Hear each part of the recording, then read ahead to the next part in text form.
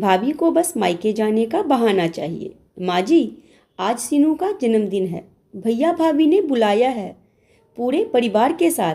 रिंकी ने अपनी सास सीमा जी से कहा। सीमा जी बोली, नहीं बहू, तुम और अजय ही हो आना, मैं और रीमा घर पर ही रहेंगे।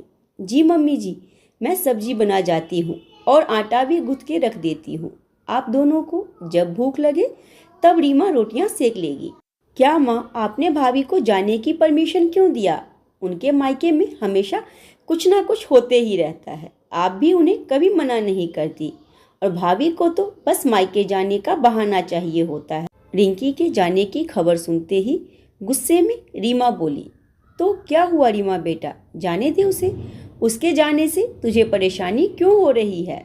वो चली जाती है तो सारा काम मुझे ही करना पड़ता है। कौन सा काम करती है तू? वो सारे काम करके जा रही है, बस रोटी ही तो बनानी है तुझे।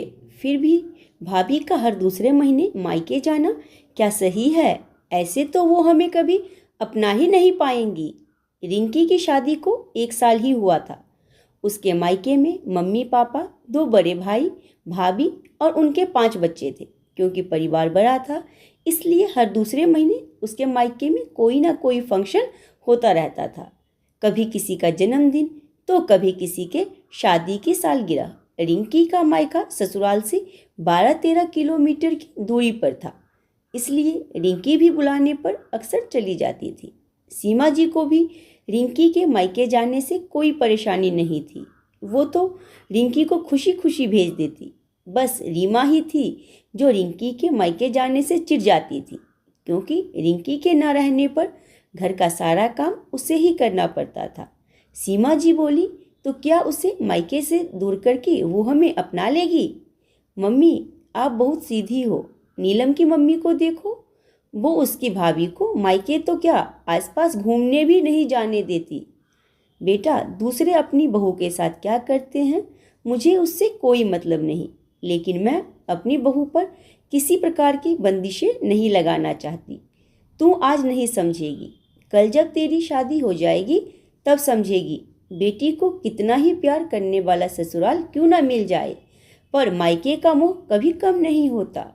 मायके जा कुछ देर के लिए ही सही, पर हम अपनी परेशानी जिम्मेदारी से थोड़ी देर के लिए आज़ाद हो जाते हैं। तेरी दादी मुझे मायके नहीं भेजती थी, कहती थी मुझसे अब घर का काम नहीं होता, बस कभी शादी विवाह में ही जा पाती थी।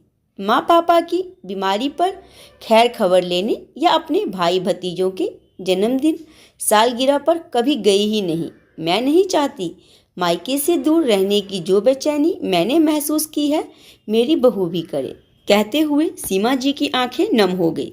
बेटा, बीते कल से सबक लेकर हम अपना आज और आने वाला कल संवार सकते हैं। तुझे भी पराये घर जाना है, तब शायद तू मायके का मोह समझ पाएगी। आज हम हैं, कल नहीं रहेंगे, तब तेरी भाभी ही हमारी जगह लेगी। भाभी के साथ प्यार से रहेगी तो कभी मायके के लिए नहीं तरसेगी।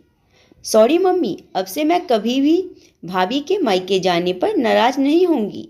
मम्मी, मैं अभी आई। भाभी भाभी, आप जाकर तैयार हो जाओ, खाना मैं बना लूँगी। किचन की ओर आती हुई रीमा बोली। सीमा जी खुश थी कि उनकी बेटी को समय रहते उनकी बात समझ में आ गई। दोस्तों, अगर सीमा जी जैसी समझदार सास और माँ हर घर में हो तो कभी भी हमें ननद भाभी या सास बहू के झगड़े देखने को नहीं मिले। अपनी राय मुझे कमेंट बॉक्स में जरूर दें। अगर कहानी पसंद आई हो तो वीडियो को लाइक, चैनल सब्सक्राइब, वीडियो को शेयर जरूर।